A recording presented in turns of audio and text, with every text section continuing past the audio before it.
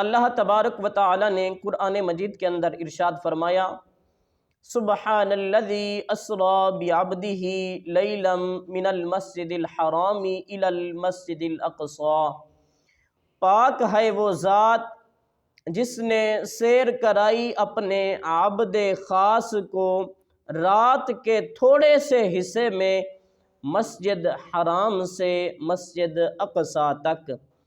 اس آیت کریمہ کے اندر محبوب علیہ السلام کا معراج بیان ہوا۔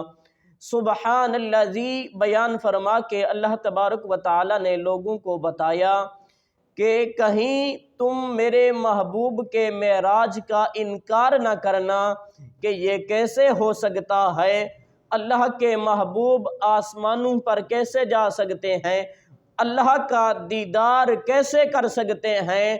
تو اللہ نے فرمایا، میں نے اپنے محبوب کو آسمانوں پر بلایا ہے، میں نے اپنے محبوب کو معراج کرایا ہے، میں نے آسمانوں پر بلا کے انہیں اپنا دیدار کرایا ہے، لہٰذا تم اس کا انکار نہ کرنا۔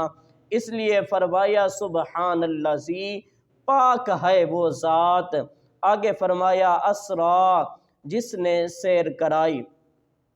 اب سیر کا لفظ جسم کے ساتھ مختص ہے کہ انسان جب جسم کے ساتھ کسی جگہ پر جائے گا تو اس وقت اسرا بنے گا، اس وقت سیر کرنا بنے گا۔ اب کچھ لوگوں نے انکار کیا کہ محبوب علیہ السلام کا معراج جسمانی نہیں تھا بلکہ روحانی تھا۔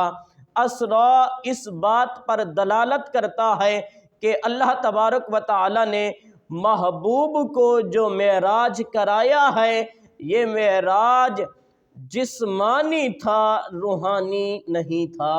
آگے فرمایا بعبدہ،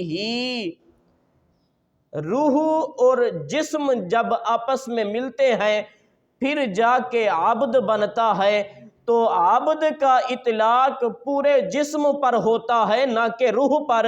تو اللہ تبارک و تعالی نے بعبدہ بیان فرما کے لوگوں کو خبردار کر دیا کہ میرے محبوب کا معراج جو ہے یہ جسمانی تھا، روحانی نہیں تھا۔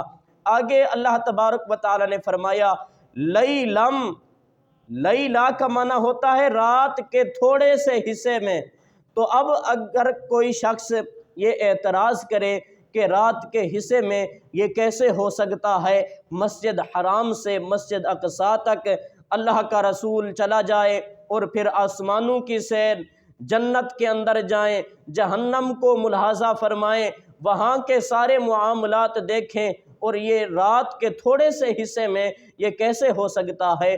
تو یاد رکھیں، شیطان، ابلیس، اللہ تبارک و تعالی نے اس کو یہ طاقت عطا فرمائی ہے، ایک لمحے کے اندر اگر وہ چاہے مشرق سے مغرب کی طرف چلا جائے اور مغرب سے مشرق کی طرف چلا جائے۔ اگر وہ شیطان ہو کے تھوڑے سے لمحے میں کہاں سے کہاں چلا جاتا ہے، تو اللہ تبارک و تعالی اگر چاہے تو کیا اپنے محبوب کو زمین سے آسمانوں کی طرف نہیں لے کر جا سکتا؟ تو آپ کا یہ اعتراض نہیں بنتا۔ اللہ تبارک و تعالی جو چاہے کر سکتا ہے۔ اس لیے خالق کائنات نے شروع کے اندر ہی ان لوگوں کو جواب دے دیا جو انکاری تھے، انکار کرنے والے تھے، کہ سبحان الذی، پاک ہے وہ ذات جس نے اپنے محبوب بندے کو سیر کرائی۔ آگے فرمایا من المسجد الحرام الی المسجد الاقصی، مسجد حرام سے مسجد اقصی تک، یہ وہ جگہ ہے۔ آگے بیان فرما دیا الذی بارکنا حولہ لنریہ من آیاتنا، اللہ تبارک و تعالی نے اس جگہ کے ارد گرد برکت رکھی ہے تاکہ وہ اپنی نشانیاں لوگوں کو دکھائے۔ اللہ تبارک و تعالی نے آگے فرمایا انہ هو السمیع البصیر، بے شک وہ سننے والا اور دیکھنے والا ہے۔ اللہ تبارک و تعالی محبوب کے معراج کو سمجھنے کی توفیق عطا فرمائے۔